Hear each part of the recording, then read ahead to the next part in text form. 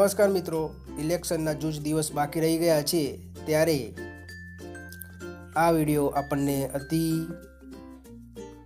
ઉપયોગી રહેશે એ હું માનું છું। ઇલેક્શન દરમિયાન ઘણી વખત મિત્રો આપણા ઈવીએમ મશીન બીયુ સીયુ અને વીવીપેટની અંદર ઘણી એરર આવતી હોય છે ત્યારે આપણે ગભરાઈ ગઈએ છીએ અને એ એરર કઈ રીતે સોલ્વ કરવી એ માટેના પ્રયત્નો કરીએ છીએ। તો એ માટેનો આ વિડીયો છે।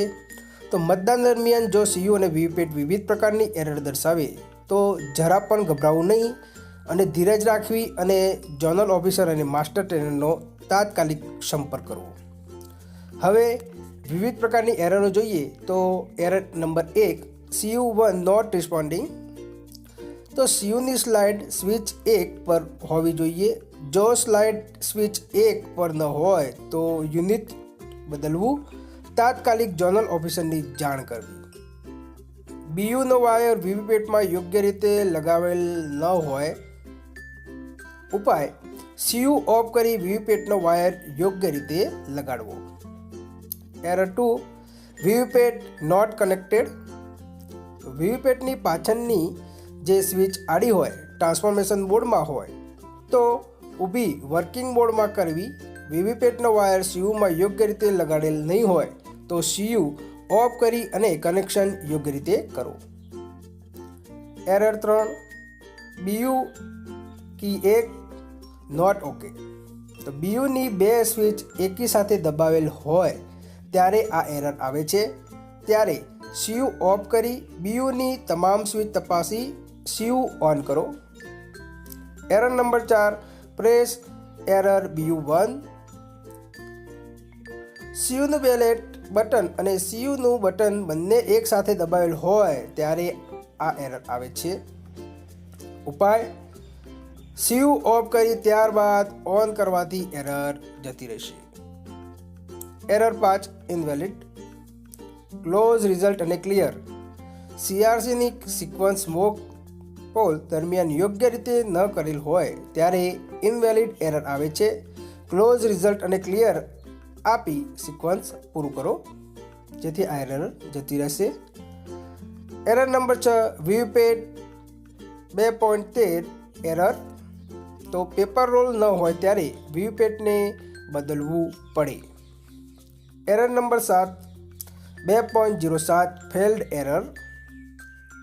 તો વીવીપેટની સ્લીપ અટકી ગઈ હોય ત્યારે આ એરર આવશે।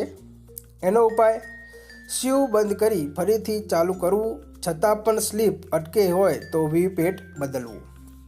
હંમેશા મિત્રો યાદ રાખો, મોક પોલ દરમિયાન જે મશીન બગડે, બીયુ અને સીયુ અથવા વીવીપેટ, તે જ મશીન બદલવું। જો વીવીપેટ બગડે તો માત્ર વીવીપેટ જ બદલવું અને જો સીયુ બગડે તો માત્ર સીયુ જ બદલવું અને જો બીયુ બગડે તો માત્ર બીયુ જ બદલવું। ચાલુ મતદાન દરમિયાન જો બીયુ અને સીયુ બગડે તો સંપૂર્ણ સેટ બીયુ, સીયુ અને વીવીપેટ ત્રણેય બદલવાઈ નાખવું।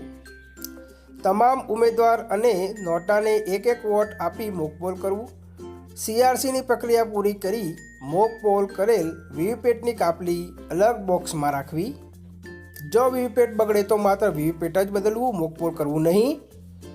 સાંજે 6 વાગ્યા સુધીમાં જેટલા મતદારો મતદાન માટે લાઇનમાં ઊભા હોય તેને ટોકન આપી તેમનું મતદાન પૂરું કરવું। તો મિત્રો આ હતી આપણી આ ઈવીએમ મશીનની અંદર શક્ય એરરો। આ એરર કદાચ આવી શકે છે, લગભગ તો આ એરર નહીં આવે એવું હું માનું છું અને છતાંય જો એરર આવે તો તાત્કાલિક આપણે ઝોનલ ઓફિસરનો તાત્કાલિક સંપર્ક કરવો જેથી આ એરર દૂર કરી શકીએ અને આપણું મતદાન તાત્કાલિક શરૂ કરી શકીએ। અને હા મિત્રો, આ વિડીયો આપણા ફક્ત સમજ માટે જ છે, છતાં પણ જો આના અંદર તકલીફ કે તકનીક રહી ગઈ હોય તો જે ચૂંટણી પંચના ધારાધોરણો નિયમો બનાવ્યો છે આપણે એને અનુસરશું। મિત્રો આગળ જોઈએ તો હંમેશા યાદ રાખો, મતદાન પૂર્ણ થયા બાદ ક્લોઝ બટન અવશ્ય દબાવવું। મતદાન સમાપ્ત કર્યા ભૂલ વગર ક્લોઝ બટન દબાવવું। ક્લોઝ બટન દબાવો અને મતદાન સમાપ્ત કરો. પછી ટોટલ બટન દબાવી કુલ પડેલા મતને 17 ક્રમમાં નોંધો. હવે closing and ceiling of control unit. મતદાન સમાપ્તિ કર્યા બાદ ક્લોઝ બટન દબાવીને BUCU ને તેની કેરી બેગમાં મૂકી સરનામા ટેગથી સીલ કરો. તો મિત્રો, આ રીતે આપણે સંપૂર્ણ ઇલેક્શનની કામગીરી આ રીતે અહીંયા પૂરી થશે. Happy election. જીગરની વિદ્યા મંદિર તરફથી ફરીથી એકવાર હેપી ઇલેક્શન. આપણે ઇલેક્શનની કામગીરી સરળતાથી આપણે પૂરી કરી શકીએ એવી હું આશા રાખું છું અને તમામને હું બેસ્ટ ઓફ લક કહું છું. જય હિન્દ, જય Bharat. Subscribe my channel જીગરની Vidya Mandir અને બેલ બટન ઉપર પ્રેસ કરી અને લેટેસ્ટ અમારી ચેનલના વિડીયો મેળવો.